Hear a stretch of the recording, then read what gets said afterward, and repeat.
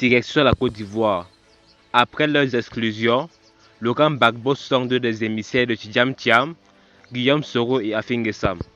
N'hésitez pas à vous abonner à la chaîne si vous êtes nouveau pour ne rater aucune vidéo sur la politique en Côte d'Ivoire. L'ex-président ivoirien Laurent Gbagbo a reçu ce mercredi 10 septembre 2025 plusieurs acteurs politiques dont les candidatures à la présidentielle ont également été invalidées par le Conseil constitutionnel. Il s'agit de sa première apparition publique depuis l'annonce du rejet de son dossier de candidature à la présidentielle. La rencontre a eu lieu au cabinet de Laurent Gbagbo, 6 à Abidjan-Cocody. Entouré des lieutenants autour de l'ancien chef de l'État, on pouvait noter la présence de ses proches collaborateurs Assoa Adou, Hubert Oulaye, Kone Katina, Dano Djedje, Aka Emmanuel et Maître Touré Abiba.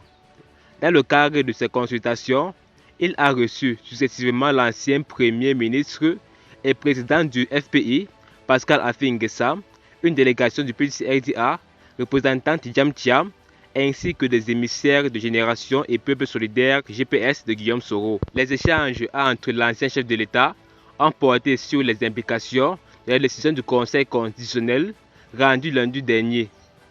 Laurent Gbagbo et Tidjam Thiam ont vu leur candidature rejetée en raison de leur absence dans la liste électorale définitive, tandis que Pascal Affi N'Guessan a été écarté pour défaut de parrainage. Deux motifs différents, mais une même conséquence, l'exclusion de figures majeures de l'opposition au scrutin présidentiel. 5 candidatures retenues sur 60. Sur les 60 candidatures initialement enregistrées, seules 5 ont été jugées recevables par le Conseil constitutionnel.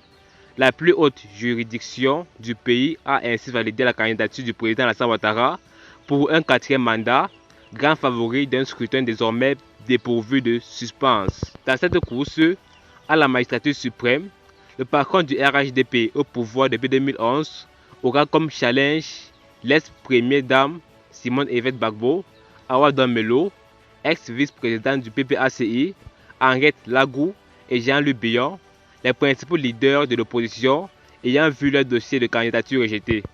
Ces consultations doivent